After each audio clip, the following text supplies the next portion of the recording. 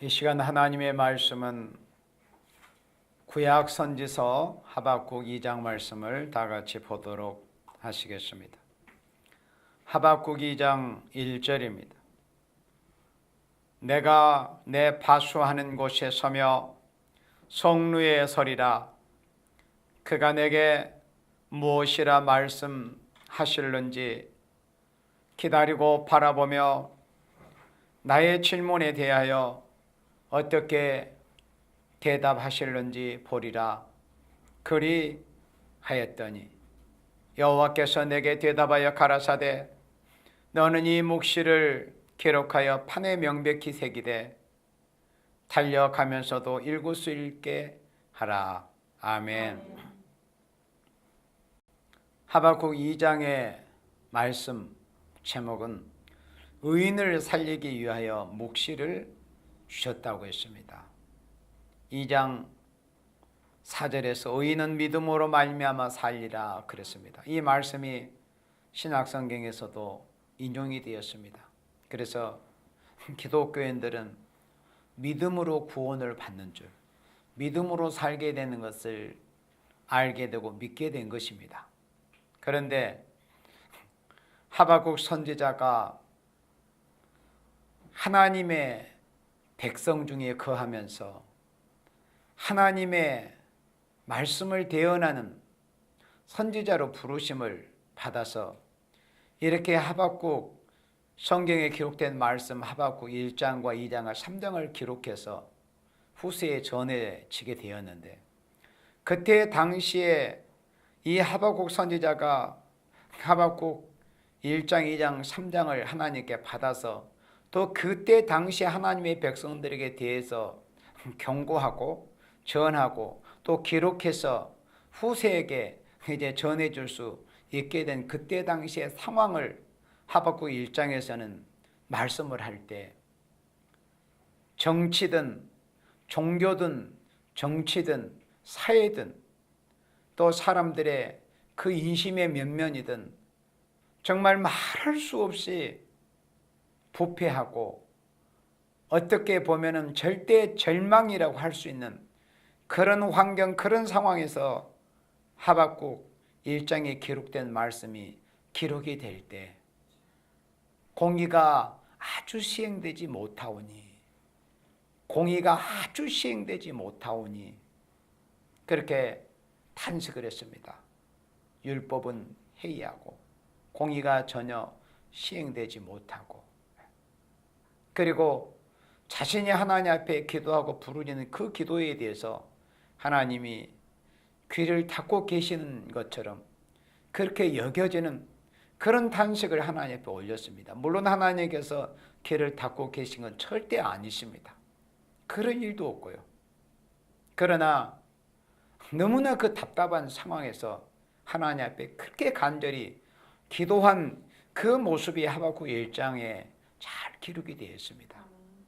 마치 이 시대에 특별히 우리나라 영적 사명 국가라 할 수 있는 이 마지막 시대에 참으로 마지막 주의 길을 예비하는 복음을 전하는 그런 복음의 사명을 받은 이 대한민국의 상황과 현실을 마치 지금으로부터 2000 수백 년 전에 2600여 년 전에 하박국 선지자가 올렸던 그 기도와 탄식이 바로 오늘 이 시대에 우리가 그대로 글자 그대로 하나님 앞에 올려야 될 기도와 탄식이 아닌가, 그렇게 우리가 생각할 수밖에 없는 그런 말씀이 하박국 1장에서 보여졌습니다. 그리고 하박국 2장 1절에서 내가 내 파수하는 곳에 서며 성루에 서리라 그랬습니다. 그래서 우리는 흔히 하나님의 말씀을 읽을 때 보통 영적으로 많이 생각하기도 쉽습니다. 그런데 실제로 육적인 그런 상황과 모습을 들어서 또 영적으로 우리에게 교훈하시는 그런 말씀들이 많이 이제 성경에 기록이 되어 있는데, 여기 하박국 2장 1절에서 보면 실제로 이 하박국 선지자는 그때 당시에 군인이었을 가능성이 많습니다. 실제로 내가 내 파수하는 곳에 서며 성루에 서리라 그랬습니다. 이것은 물론 우리가 지금 이 마지막 시대에 이 선지서를 읽는 입장에서는 우리가 뭐 어떤 요즘 우리나라를 지키기 위해서 휴전선, 최전선에서 나가서 보초를 쓰고 경계 근무를 쓰는 그런 이 청년 우리가 장병처럼 우리가 할 수는 없잖아요 지금. 그렇다면 우리에게 적용되어져야 될 말씀은 우리가 영적인 파수꾼으로, 기도의 파수꾼으로서, 또 말씀에 깨있는 파수꾼으로서 우리가 하나님 앞에 우리가 서야 될 곳이 어디인가, 내가 서 있어야 될 파수하는 그 자리가 어디인가를 바로 찾아야 됩니다. 그리고 성루에 서야 됩니다. 성루에 서야 됩니다. 성벽 가장 높은 곳에 위치해 있는 망을 보는 그런 성루에 서야 됩니다. 그런데 이 하박국 선지자는 그때 당시에 실제 하박국 1장에서 보여진 말씀처럼 바벨론의 침공을 당했었고, 또 결정적으로 바벨론이 완전히 멸망할 시점을 앞에 놓고 그렇게 하나님 앞에 사명을 받아서 하나님을 바라보고 탄식하며 기도할 때 바로 2장 1절에서는 그 장소가 바로 파수하는 곳 성루였던 것을 알 수 있습니다. 그래서 이 말씀 물론 영적인 말씀이기도 하지만은 그때 당시에 실제로 이 하박국 선지자는 직업이 아마 군인이었을 가능성이 있고, 아니면 그때는 이제 바벨론의 침략이 계속 연거푸 있었던 그런 시대였기 때문에 꼭 어떤 직업적인 군인이 아닐지라도 민간인들도 민병대처럼 다 각기의 그런 지켜야 될 그런 장소와 자기가 해야 될 그런 사명들이 있었습니다. 그래서 그가 어떤 직업적인 군인이었든지 아니었든지 이건 중요하지 않고, 분명히 하박국 선지자는 바로 자신이 파수하는 곳에 섰었다는 것, 그리고 성리에 서 있었다는 것입니다. 어떨 때 하박국 1장 같은 그런 상황에서 이스라엘의 종교, 유다의 종교, 또 정치, 또 여러 가지 사람들에게서 보여지는 그런 이 모습, 정말 어찌할 수 없는, 어떻게 해볼 수 없는 그런 절망적인 상황에서 하나님 앞에 탄식하며 부르짖으면서 이렇게 하나님 앞에 자신이 작심하고 내가 내 파수하는 곳에 서며 성리에 서리라, 이렇게 선 것은 하나님 앞에 뭔가 응답을 받기 위함이었어요. 그래서 우리가 그리스도인들은 흔히 하나님 앞에 내가 뭘 궁금한 것에 대해서 여쭙고 뭔가 응답을 받기를 원하고, 그런 마음들은 기도를 많이 하는 사람이나 적게 하는 사람이나 다 거의 비슷할 겁니다. 그런데 어떨 때 또 어떤 곳에서 하나님의 응답이 오는가, 이거는 제대로 잘 알지를 못하는 경우가 많이 있습니다. 시편에서도 시편 기자가 그랬잖아요. 내가 성전에 들어갈 때 비로소 하나님 뜻을 알았다고 하신 말씀처럼 하나님이 응답을 주시는 그런 환경이 있고 응답을 주시는 장소가 있으며, 또 우리 개개인적으로도 우리가 어떤 곳에 서 있어야 될 것인가, 또 언제 서 있어야 될 것인가, 그러니까 환경도 중요하고 그 위치도 중요하고 그 시간대도 중요합니다. 지금은 우리가 뭐 24시간 중에 굳이 어떤 시간만 우리가 깨어 있어야 돼, 이런 시기는 이미 지나버렸습니다. 지금은 우리는 늘 깨어 있어야 되고, 그렇다면 장소가 문제입니다. 환경은 이미 우리 마음대로 할 수 있는 게 아닙니다. 이 세상, 이 나라가 이미 우리 개개인의 인간의 행동으로는 어찌할 수 없는 우리 인간의 그런 능력의 한계 밖을 이미 벗어난 지 오래됐습니다. 그게 하박국 1장에서 보여진 내용이었습니다. 그렇다면은 최소한 우리 한 사람이, 우리 교회가, 우리의 가정들이 내가 하나님 앞에서 어떻게, 어느 곳에 언제 서 있을 것인가, 이것이 중요한 것입니다. 그래서 하나님께서 하박국 2장에 기록된 이 말씀을 하나님이 기록하게 하시는 그 상황에 있어서 하나님은 당신의 백성들에게 당신의 종들을 들어서, 그러니까 구약시대에 선지서를 기록했던 그 하나님의 사람들을 우리가 흔히들 선지자들이라고 합니다. 그 전에는 물론 선견자들이라는 그런 표현이 사용이 됐었습니다. 그래서 이 선지자들, 하나님이 선지자들을 부르셔가지고 말씀을 이제 계시해 주시고 말씀을 대언케 하실 때는 반드시 목적이 있다고 그랬습니다. 목적이 없는 하나님의 말씀은 아무것도 없습니다. 사람들이 그냥 아무 의미 없는 말을 시간이나 이렇게 때우기 위해서 그저 부질없는 말을 뭐 노닥거리고 이런 게 아니에요. 하나님의 말씀은 하나님의 말씀 한 단어, 한 소절에도, 한 문장에도, 한 장에도, 그것도 그 성경의 한 권에도 반드시 목적이 있습니다. 성경은 66경으로 되어 있잖아요. 그런데 하나님께서 왜 성령께서 그렇게 편집하도록 하셨을까? 시편을 굳이, 시편은 분명히 시편이라는 성경 한 경인데 굳이 5권으로 하나님이 나누어 놓으셨는가? 그는 사람이 그렇게 한 것처럼 보니 결국에는 이사야 34장의 말씀 성령께서 그렇게 편집하도록 하셨거든요. 그러니까 70권이 딱 맞아지게 하신 거죠. 시편은 분량이 많으니까 5권으로 굳이 나눠 놓은 것은. 그러니까 66경인데 권으로 하자면 70권이죠. 그래서 하나님께서 이 성경 66경 70권을 각 장, 각 권을 기록하게 하실 때는 반드시 목적이 있습니다. 그런데 이 하박국 2장의 목적이 뭔가? 하박국 2장에 왜 하나님께서 하박국 2장에 기록된 이 말씀을 선지자 하박국으로 하여금 묵시를 주셔서 기록하게 하셨는가? 아까 제목에서 말씀했잖아요. 의인을 살리기 위해서 묵시를 주셨습니다.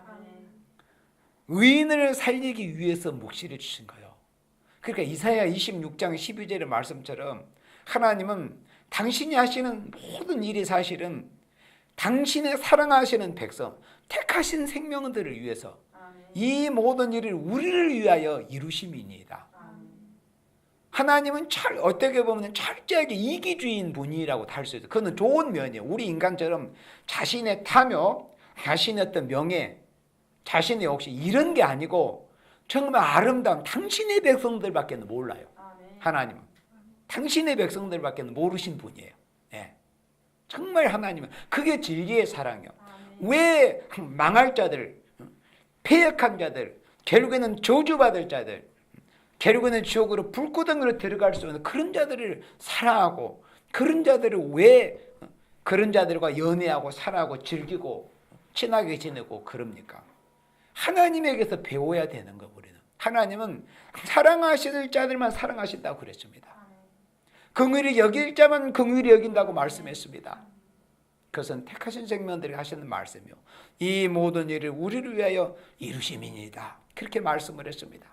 그렇다면 의인을 살리기 위한 목적으로 하박국 선지자를 감동하셔가지고 이 묵시를 주셨습니다. 그런데 의인을 살리기 위해서 하박국 선지자로 하여금 이 하박국 2장을 기록하게 하도록 묵시를 주셨는데 1절로 2절의 말씀은 그 묵시를 주신 목적을 첫 번째로 말씀하실 때 달려가면서도 읽을 수 있게 하라는 의미로 이 묵시를 주신 겁니다. 달려가면서도 읽을 수 있게 해라. 이런 묵시를 받는 그 전 단계가 뭐였어? 1절에서. 그러니까 그 전전 단계는 이제 하박국 1장 같은 그런 상황, 하나님의 사람들이 하나님 앞에 탄식할 수밖에 없는 상황, 눈물 흘릴 수밖에 없는 상황, 애통할 수밖에 없는 그런 상황. 그러면 그런 상황이 왔을 때 아이고 내 힘으로 해도 안 되는데 뭐 할 수 없지, 그냥 새 속의 세류에 같이 휩쓸려서 같이 휩쓸려 가는 것으로, 그러니까 이방원의 그 시처럼 이런들 어떠하리 저런들 어떠하리. 정말 우리는 정몽조 같은 그런 절개를 배워야죠. 이런들 어떠하리 저런들 어떠하리 그러면 하나님께 인정받을 수 없습니다. 예수님이 가장 원하시는 게 뭔데요? 정절 아닙니까? 네. 그래서 하박국 1장과 같은 상황이 올 때 사람들의 성향이 더 확연히 나타납니다. 그러니까 어려운 환경이 올수록 사람의 성향이 더 밝아지고 더 진하게 사람들에게 보여집니다. 별일 없을 때는 사람의 성향과 색깔을 자세하게 드러내지 않습니다. 저 사람은 어떤 성향을 가졌는지 색깔을 사람들이 분명히 볼 수 없지만은 어려운 환경이 올 때, 그때 사람들의 성향, 사상, 양심 그런 것들이 더 확실하게 색깔이 뚜렷하게 보여집니다. 택하심을 입고 은총을 입은 생명들은 하박국 1장 같은 바로 오늘 이 시기에 이런 상황이 될 때 하나님께 속하고 진리에 속하고 하나님의 은총을 입은 생명들은 하박국 2장과 같은 이런 모습을 보입니다. 그러나 그런 하나님의 은총을 받지 못한 생명들은 우리나라의 정복 정권의 수장인 문재인 대통령이나 또는 뭐 트럼프나 또 저 북계 김정은이나 그런 자들의 모습을 보입니다. 우리나라 대한민국 교회에 아무리 적게 잡아도 절반 이상이 벌써 좌경화된 그런 성향을 보이고, 이거는 뭐 부인할 수 없는 사실입니다. 교회 목회자들로부터. 이런 때 하나님 앞에서 우리가 어떤 모습을 보여야 될 것인가? 우리는 하박국 선지자처럼 내가 서야 될 곳이 있습니다. 내 파수하는 곳에 서야 하나님께로부터 응답을 받습니다. 우리가 뭐 거창하게 지금 이제 더 이상 성경이 기록될 시대는 아닙니다. 이미 성경 기록은 요한계시로 끝났어요. 그렇다고 우리가 무슨 대단하게 무슨 성경의 어떤 기록자가 되기 위해서 성 위에 선다는 게 아닙니다. 우리는 하나님께서 우리에게 뭘 원하시는지, 이 나라의 대한민국이 이런 지경이 되었는데 하나님, 우리 믿음의 선진들, 우리 믿음의 선배님들처럼 우리가 하나님 앞에서 어떻게 하기를 원하십니까? 인간 종말에 마지막 시대의 사명을 위해서 부르심을 받은 종들은 반드시 한 가지의 공통점인데, 그는 선지자들이 예언했던 말씀을 다시 예언해야 한다는 것입니다. 그것만큼은 14만 4천이 완전히 공통적입니다. 다시 예언하는 것. 그렇다면은 처음에 예언했던 이 선지자들이 어떤 길을 갔던가, 어떤 모습을 하나님께 보여드렸던가, 그런 모습을 우리도 그대로 하나님 앞에 보여드려야만이 그분들이 예언했던, 그러니까 하박국 2장에서 하박국 선지자가 기록하고 예언했던 이 말씀은 우리가 다시 예언자가 되기 위해서는 그런 그 선지자들이 걸었던 그 코스를 그대로 우리가 밟아가야만이 우리도 하박국 선지자와 같은 그런 심정을 갖고 또 하박국 선지자 같은 그 사명을 훌륭하게 감당할 수가 있습니다. 그렇다면 우리가 파수하는 곳에 서야 된다. 그리고 성루 가장 높은 곳에 우리가 서야 됩니다. 성루에 서리라 그랬습니다. 파수하는 곳에 서며 성루에 서리라. 그러니까 이것은 하나님의 사람을 어떤 각성한다는 의미도 가지고 있습니다. 그리고 가장 위험한 그 위치에 선다는 의미도 있습니다. 성루에 서고 파수하는 곳에 서가지고 그 파수꾼이 성루 높은 곳에 서 있는 그런 파수꾼이 자기가 해야 될 그 사명, 또 자기가 그 맡아야 될 그런 시간대에서 철저하게 깨어있지 못하면은 적에게 척사를 당하든지 아니면 뭐 떨어져 죽든지 아니면 졸고 있다가 상관들이 와서 목을 치든지, 전시 상황에서는 실제로 그 군법이 얼마나 엄합니까? 실제로 상관들이 무할 살상권을 실제로 가지고 있습니다. 전시에는 그렇습니다. 요즘 뭐 다 그런 것이 뭐 내용이 까다롭겠지만 전시에는 그래요. 그러니까는 그만큼 위험 부담이 그만큼 있는 그 자리가 어디냐면 파수하는 자리입니다. 그렇다면 우리가 이 시대에 파수하는 곳에 서야 된다. 성루에 서야 된다. 그래야 하나님께서 우리에게 뭘 요구하시는지, 우리가 어떻게 하기를 원하시는 것인가 하는 것을 우리가 응답을 받을 수 있습니다. 하박국 선지자가 꼭 그랬습니다. 나의 질문에 대해 어떻게 대답하시는지 보리라. 하나님의 응답을 받기 위해서는 우리가 서야 될 곳이 있다. 우리가 하나님께 보여드려야 될 그런 모습들이 있다. 그때 하나님께서 2절에 이렇게 응답을 주십니다. 여호와께서 내게 대답하여 가라사대.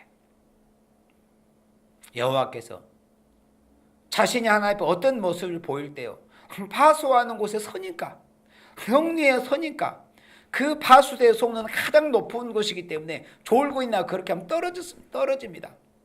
그리고 떨어지지 않을 때죠, 조는 그 순간에 이 적의 척후본이 와서, 어떤 특수부대가 와서 자신을 암살해 볼 수도 있습니다. 그렇게 위험한 곳이 바로 파수하는 곳입니다. 그러나 사명자들은 반드시 파수하는 곳에 서야 됩니다. 그래야 하나님과 교통이 있을 수 있으면 하나님께로부터 응답을 받을 수 있고, 응답을 받아야만이 사명을 할 수가 있는 것입니다. 하나님은 의인을 살리기 위해서 묵시를 주셨다고 그랬습니다. 그런데 그 묵시라는 것은 달려가면서도 읽을 수 있게 하라는 그런 의미의 묵시였다고 그랬습니다. 그 말씀을 2절에서 말씀할 때 여호와께서 내게 대답하여 가라사대 너는 이 묵시를 기록하여, 하박국 1장에서부터 쭉 이어져 온 말씀입니다. 이 묵시를 기록하여 판에 명백히 새기되 달려가면서도 읽을 수 있게 하라 그랬습니다. 판에 명백히 새기라. 그리고 여기서 정확한 의미는 뭐냐면 이 하나님의 말씀, 하나님께서 경고하시고 예언케 하신 이 말씀을 여러 사람들이 볼 수 있게 하라는 거예요. 빨리 달려가면서도 읽고. 근데 사실은 이런 시기가 다니엘 12장의 말씀처럼 인간 종말이 됐던 사람들이 빨리 왕래하면 지식이 더하리라. 그 다니엘 선지자가 예언해서 기록해 놓은 그 말씀이 응하기 전에는 사실 이 말씀도 정확하게 완전하게 해석을 할 수가 없었어요. 해석이란 것은 그런 때가 되기 전에는 사실 해석이 불가능합니다. 그런데 세상의 성경을 어렵지 않게 해석할 수 있는 그런 시대가 되어버리는 거예요. 예를 들어서 이 세상이 한 시간에 불로 사라진다. 그러면 언제 핵무기가 개발되기 전에는 정확하게 해석을 할 수가 없었잖아요. 어떤 뭐 영적이다, 이건 상징적이다, 그냥 하나님이 뭐 진노하셔가지고 뭐 진멸한다, 이런 식으로만 무난히 넌지시 영적으로만 생각하지, 실제로 하나님께서 언제 핵무기를 통해서 이 세상을 불에 살릴 것이라는 걸 정확하게 모르잖아요. 그런데 세상에 되어지는 일이 성경을 그만큼 더 밝혀주고 있습니다. 여기서도 마찬가지입니다. 판에 명백히 새기되 달려가면서도 읽을 수 있게, 빨리 달려가면서도 읽을 수 있게 하라는 것. 빠르게 이동하면서도 다니엘 12장의 말씀처럼 사람들이 빨리 왕래한다고 했거든요. 지금 우리나라의 기차만 해도 시속 300km 달리잖아요. 뭐 비행기는 뭐 시속 수백 킬로, 또는 1000km, 또 그보다 더 빠른 뭐 초음속 그런 여객기들도 있고. 그러니까 얼마나 빨리 왕래하는 시기입니까? 근데 여기서 달려가면서도 읽을 수 있게 하라. 그러니까 내가 그 어떤 장소에서 그 다음 장소로 이동하는 그 이동 시간이 굉장히 요즘 단축이 됐다. 그래, 그런 그 이동 시간대에도 말씀이 가까이 하면서 읽어볼 수 있도록 이렇게 돼야 된다는 거예요. 그런데 현실적으로 이 말씀이 실제로 문자적으로도 이렇게 이루어지는 시대가 되었습니다. 이런 사람이 빨리 왕래하고 기술 과학이 발전하고 이 IT가 또 인터넷이나 이런 것이 발전이 되기 전 시기에는 그냥 뭐 사람들이 빨리 이렇게 이 종이 문서를 가지고 정도 빨리 볼 수 있는 이런 정도로만 생각을 했었습니다. 그러나 판에 명백히 새기되, 여기서 이 판에 명백히 새기라는 것은 사람의 심령의 새기라는 뜻이 아니고 실제로 문서 인쇄를 하라는 거예요. 종이에 인쇄를 하든지, 그러니까 아까 말씀한 것처럼 종이에 인쇄해서 전하던 시기도 많이 지금 저물었어요. 실제로 그러니까 인쇄소들이 많이 문을 닫고 그러잖아요. 지금 시대가 어떤 시대입니까? 지금은 전자문서 시대입니다. 전자문서 시대. 실제로 이 문서가 종이에 새겨져 가지고 우리 지구편 반대편에 가면 며칠이 걸립니다. 몇 주가 걸릴 수도 있죠. 그러나 전자문서화된 이 문서라는 것은 단 몇 초만이라도 지구 반대편에 전달될 수 있습니다. 이런 시기가 결국 될 것을 말씀을 한 겁니다. 빨리 달려가면서 읽을 수 있게 하라. 그래서 우리가 그렇다고 해도 종이 전도지를 만들지 않아야 된다는 거 아닙니다. 다 각기 계층이 다릅니다. 다 환경, 수준, 다 계층에 따라서 하나님께서 적절하게 복음을 듣고 받을 수 있도록 그렇게 역사하시기 때문에 우리는 건방지게 교만하게 그 어떤 하나를 고집하거나 모든 것을 획일적으로 말해서는 안 됩니다. 받아들이는 계층들이 다 달라요. 그러니까 예를 들어서 이런 빨리 달려가면서 읽을 수 있게 하다, 전자문서가 활성화됐으니 어떤 유튜브 영상이라든가 인터넷인가, 그렇다면 여전히 아직도 산골에서 사는 할머니 할아버지들에게 어떻게 한단 말입니까? 그런 거예요. 그러니까 우리가 지식을 조금 알고 어떻게 수박 겉핥기식으로 알게 되면 그렇게 획일적으로 하나님의 말씀 우리 스스로가 훼손할 수 있게 돼버립니다. 하나님의 말씀 정말 바로 알아야죠. 그래서 판에 명백히 새기라. 그러니까 많은 하나님의 말씀을 인쇄해서 이제 여러 사람들에게 전해주는 이런 일을 하는데, 또 빨리 달려가면서 읽을 수 있게 하라. 전자문서로. 그래서 지금 우리가 전자기기에서 스마트폰이나 태블릿이나 그런 이 전자기기를 통해서 실제로 얼마나 비행기를 타고 가면서도 말씀도 성경도 읽을 수 있고 또 좋은 은혜로운 설교도 읽을 수도 있고 그렇잖아요. 이게 현실이 되어버렸습니다. 판에 명백히 새기라. 실제로 판은 태블릿이라고 영어에 그 단어가 사용이 되어 있습니다. 판에 명백히 새기라. 그래서 의인을 살리기 위해서 묵시를 주실 때 달려가면서도 읽을 수 있게 하라는 그런 의도에서 하나님이 이 묵시를 주셨다는 겁니다. 그래서 우리가 이 말씀에 우리가 주의해야 됩니다. 진리는 변할 수 없습니다. 진리는 이 말씀이 2600여 년 전에 기록된 말씀은 한 글자도 변해서는 안 됩니다. 그 의미도 손상이 되어서 훼손이 되어서도 안 됩니다. 환경이 바뀐다고 이 말씀이 변해지지 않습니다. 그러나 변하는 방법은 부단히 진보하고 발전을 해야 됩니다. 만약에 그렇지 않다면은 지금 아무도 비행기를 타고 다녔어도 안 되고 기차를 타고 다녔어도 안 됩니다. 2600년 전 그때 당시에 고장 술이나 밀고 지게나 치고 또 파발꾼이 보발꾼이 빨리 빠른 걸음으로 달리기 잘하는 사람들이 달려다니는 이런 정도로 돼야 됩니다. 그런 얼마나 기술 과학이 발전하고 있습니까? 그러니까 복음을 전하는 수단과 방법은 부단히 발전을 해야 됩니다. 진리는 결코 변할 수 없습니다. 우리가 한자도 변질시켜서는 안 됩니다. 그러나 다니엘 12장 말씀대로 인간종 말이 되면 사람들이 빨리 왕래할 것이다. 그럼 빨리 왕래하는 사람들이 어떻게 효율적으로 효과적으로 전할 수 있을 것인가? 그게 바로 하나님께 지혜 받는 지혜입니다. 우리가 어떻게 하는가? 그리고 요즘 특히 유튜브라는 것이 그렇잖아요. 이 영상도 물론 말씀도 유튜브를 통해서 보게 되겠지만 사람들이 그래서 사람들이 어디에 관심을 갖고 있는가? 이제 그런 것을 많이 우리가 이 지혜롭게 공략을 해야죠. 그게 지혜죠. 그게 그냥 옛날 것만 고집한다. 그러니까 무슨 보수가 좋은 것도 있지만은 그러니까 모든 진보도 그렇고 보수도 그렇고 다 장단점을 가지고 있습니다. 우리는 어떤 세상 정치 영역에 속한 진보나 보수 절대 아니지만은 우리는 신앙적으로 영적으로 때로는 보수일 것이 있어야 돼요. 그러니까 말씀은 우리가 철저하게 보수해야 됩니다. 결코 변질이 되어서는 보수, 생명을 걸고라도 말씀을 지키는 보수가 돼야 되고, 그러나 인격과 이 복음을 전하는 그 방법론에 있어서는 철저하게 우리가 진보가 돼야 됩니다. 진보주의자가 돼야 돼요. 우리는 진리는 보수주의자가 돼야 되고, 전하는 방법과 이렇게 이 모든 환경이나 우리의 모습은 철저하게 또 우리가 발전하는 모습, 하나님 앞에 진보하는 모습이 보여져야 됩니다. 실제로 그렇잖아요.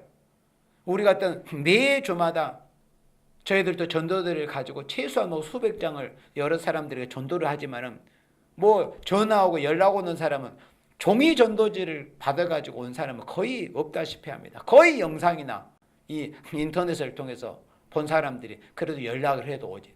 그렇게 세상이 변했습니다. 그러니까 한 해 명백히 새기되 달려가면서도 읽을 수 있게 하다. 그렇다면 우리가 어떻게 판에 새길 것인가? 이것도 우리가 하나님의 고민을 해야 되는 거예요. 어떻게? 지금은 사람들이 보고 듣는 것을 좋아합니다. 움직이는 것을 좋아합니다.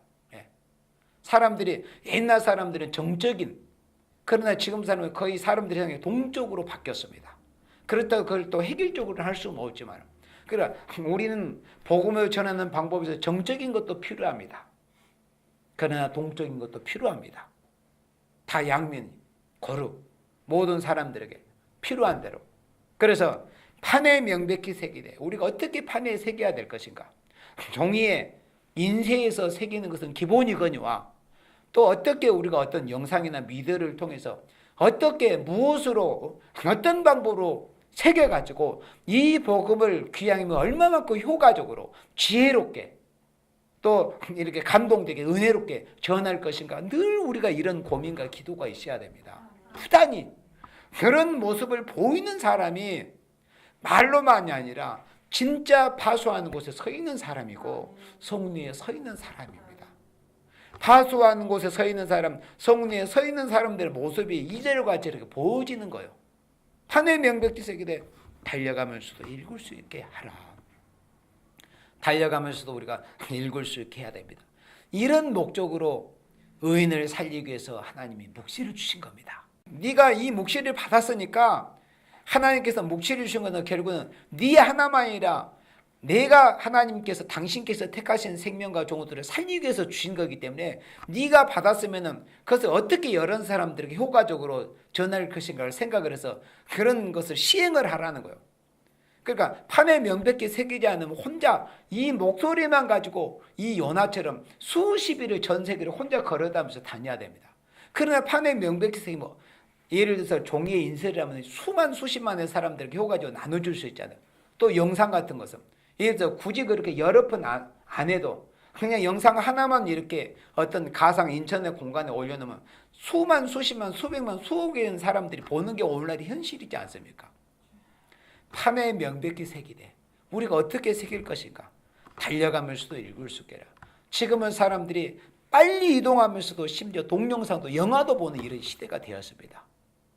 우리는 이 시대의 흐름을 잘 꿰뚫어 가지고 복음을 어떻게 전할 것인가? 하나님은 의인을 살리기 위해서 묵시를 주셨는데 그 의인을 살리기 위해서 묵시를 주실 때는 그 첫 번째 목적이 경륜에 서서 달려가면서도 읽을 수 있게 하도록 해라 하는 이런 목적에서 의인을 살리기 위해서 묵시를 주셨다고 말씀을 했습니다. 그 다음 3절입니다. 이 묵시는 정한 때가 있나니 그 종말이 속히 이르겠고 결코 거짓되지 아니하리라. 그럼 여기서 정한 때가 있다는 것, 또 때가 나옵니다. 아주 예민합니다. 성경에서 시때가 나오면 예민하고 주의 종들이 말씀에 대한 때에 관한 말씀이 나오면 사실 가장 두려운 게 바로 때에 관한 말씀입니다. 사람은 알기 어렵기 때문에. 그런데 성경에는 반드시 해답이 있잖아요. 우리가 그 연을 일시는 죽었다 깨어나도 알 수 없습니다. 하나님이 그건 이미 금해 놓으셨기 때문에 그 하나님의 시간의 영역을 침범하려는 그 발상 자체가 벌써 악에 속하고 사단에 속한 자들의 모습인 것뿐이고, 그런데 다만 그 때는 알 수 있어요. 그 징조 때, 세상 되어지는 거. 이 묵시는 정한 때가 있나니. 그러면 정한 때가 이미 하박국 1장에서 보여줬다고 그랬습니다. 하박국 1장에서 사람들의 그런 모습, 종교적인 모습, 정치적인 모습, 사회적인 이런 모습, 사람들의 인심의 이런 면면을 통해서 이 하박국 선지자로 하여금 이 묵시를 판에 명백히 새겨서 여러 사람들에게 전할 수 있도록 하는 때가 도대체 언제냐. 이미 하박국 1장에서 보여줬습니다. 하박국 1장과 같은 때를 말씀을 한 거예요. 이 묵시는 정한 때가 있나니 그 종말이 속히 이르겠고, 종말이 속히 이른다는 거예요. 결코 거짓되지 아니하리라. 비록 더딜지라도 기다리라. 지체되지 않고 정령 응하리라. 그래서 하나님께서 의인을 살리기 위해서 묵시를 주실 때 두 번째는 어떤 의도에서 하나님이 이 묵시를 주셨느냐, 기다리고 믿어야만 산단다 하는 이런 의도로 하나님께서 의인을 살리기 위해서 묵시를 주신 겁니다. 그래서 3절로 4절에서는 기다리고 믿어야 된다. 우리가 흔히들 처음 예수님 만났을 때 예수님 만나면 금방 내가 예수님처럼 아름다운 인격이 이루어질 것처럼 착각을 합니다. 그건 아름다운 착각이죠. 그러나 예수님을 믿고 십자가가 오면 그게 아니었구나. 예수님과 같은 인격은, 예수님 같은 아름다운 것은 단번에 이루어진 게 결코 아니구나.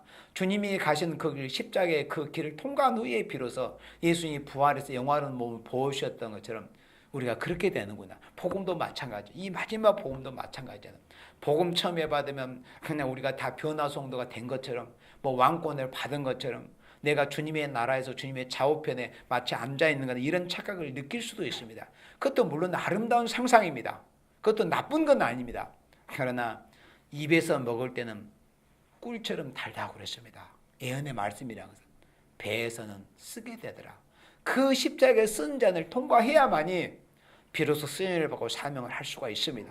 그래서 기다림이 필요하다는 거예요. 기다림, 인내, 참고 견디는 거. 결국 예언의 말씀을 들고 나가서 마지막에 다시 예언하는 그 사명은 인내하는 그 과정, 배에서 쓰게 된 그 과정을 통과한 종들이라만이 다시 예언의 사명을 할 수 있는데, 그 다시 예언을 하기까지 그 과정은 기다리는 겁니다.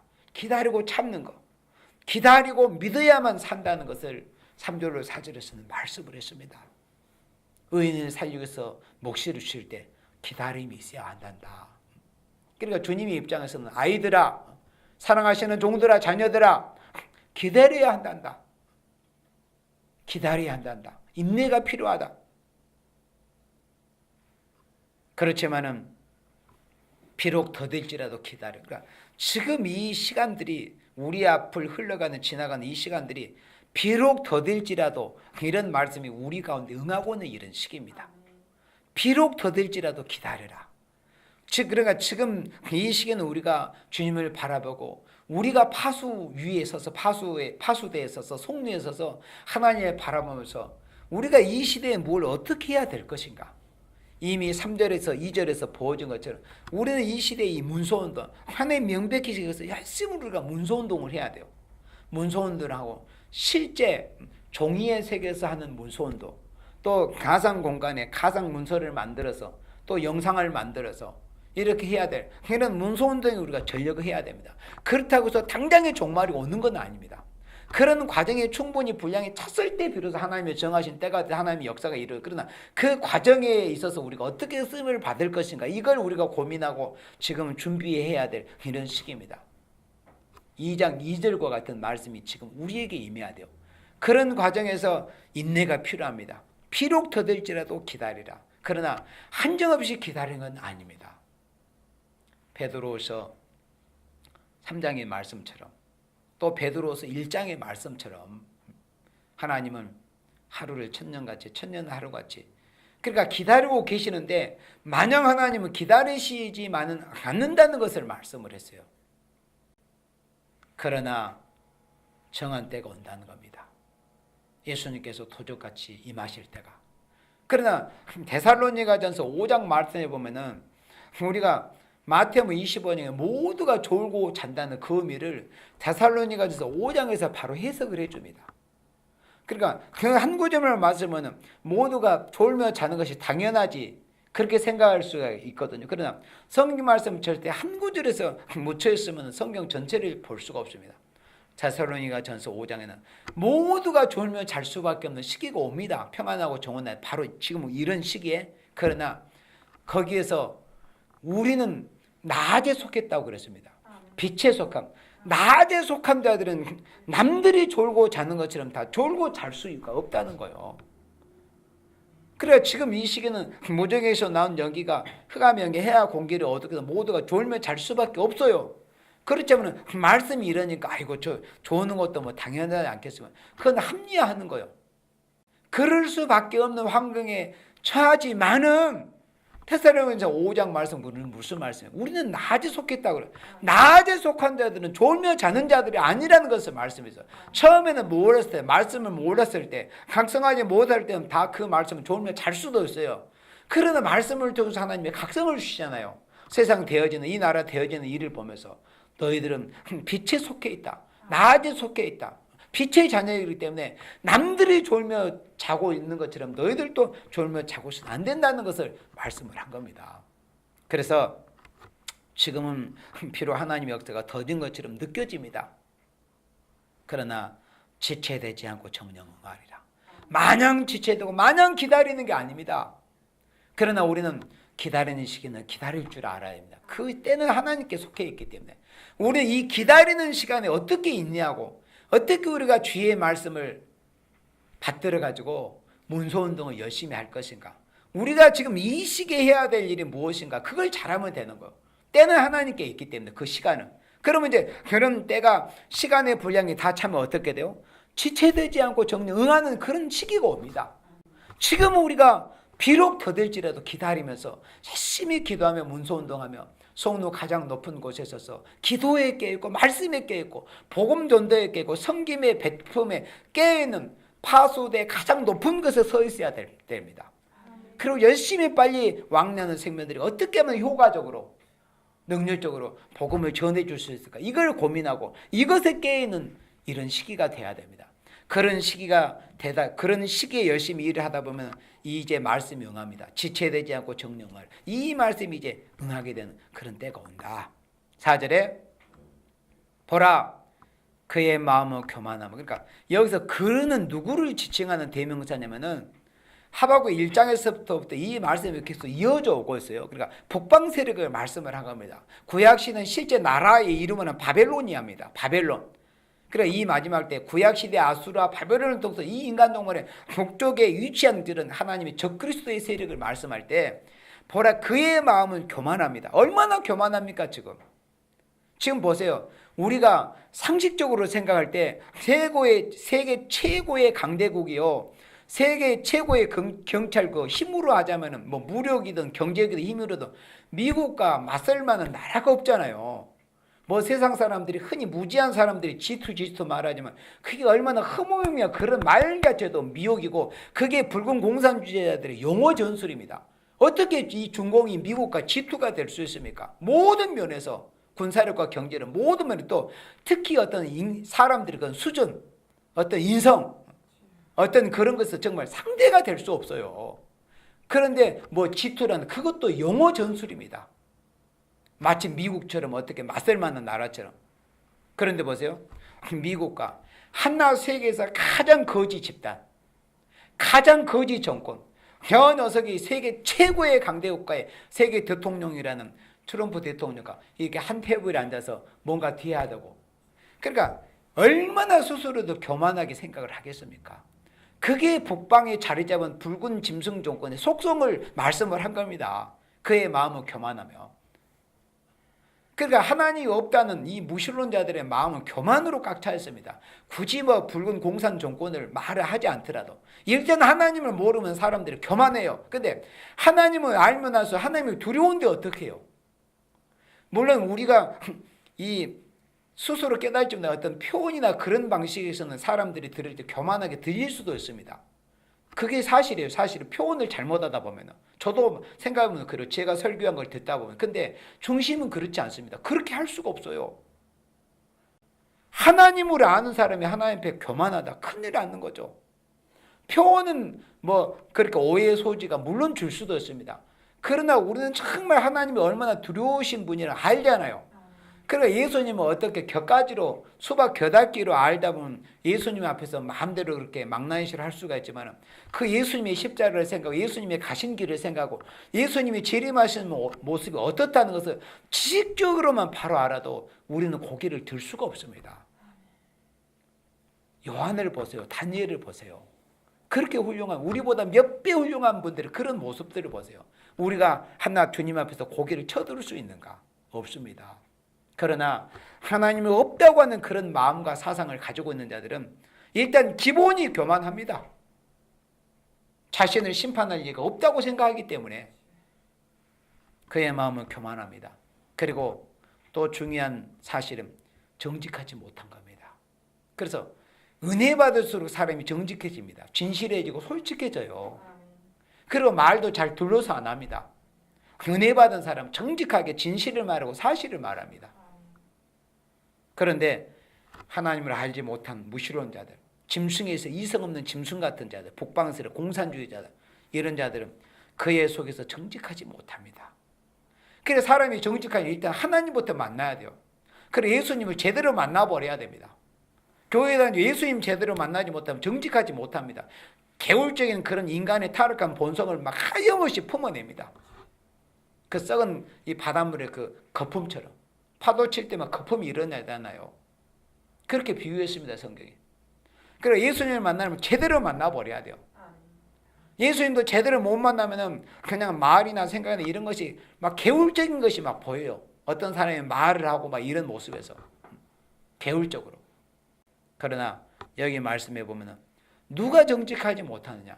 하나님이 없다는 사상을 가진 자들, 북방 세력, 무신론 세력, 공산 세력, 이런 바벨 세력들은 일단 기본이 교만하고 기본이 정직하지 못합니다.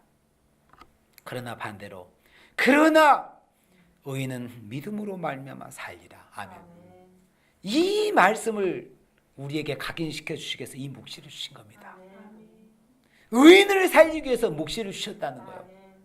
그러나 그 묵시를 받기까지 그렇게 쓰임받은 종의 모습을 보세요. 하박국 선지자, 우리 대선배님. 그냥 어디서 가만히 자기 어떤 탐욕적인 거, 정욕적인 것에 끌려다니다가 그러다 느닷없이 하나님께서 받았어라 이렇게 했습니까? 이런 말씀을 받기까지 의인을 살려주시겠다 이런 말씀을 받기까지 그 종을 하나님이 어떻게 이끄셨으며 어느 곳에 어떻게 서게 하셨는가 그런 걸 봐봐요. 또 하박국 1장 1절로 4절에서 어떤 심정을 그로 하여금 갖게 하셨는가 그런 과정들이 다 거쳐서 결국에는 의인은 믿음으로 말미암아 이런 묵시 말씀을 주실 겁니다. 그럼 여기서 의인은 믿음으로 말미암아 살리 그러면 여기서 믿음의 내막이 뭐가 이것도 좀 오늘 잠깐 드려야 됩니다. 단순히 예수님이 계십니다, 믿습니다, 이런 의미로 흔히들 초보에서는 그렇게 생각할 수 있습니다만은, 우리가 하박국 1장에서부터 2장 여기 4절에까지 이 내용을 읽어보면 이 믿음의 내막이 뭐라는 것을 알 수 있어요. 믿음이 그렇게 간단한 게 아닙니다.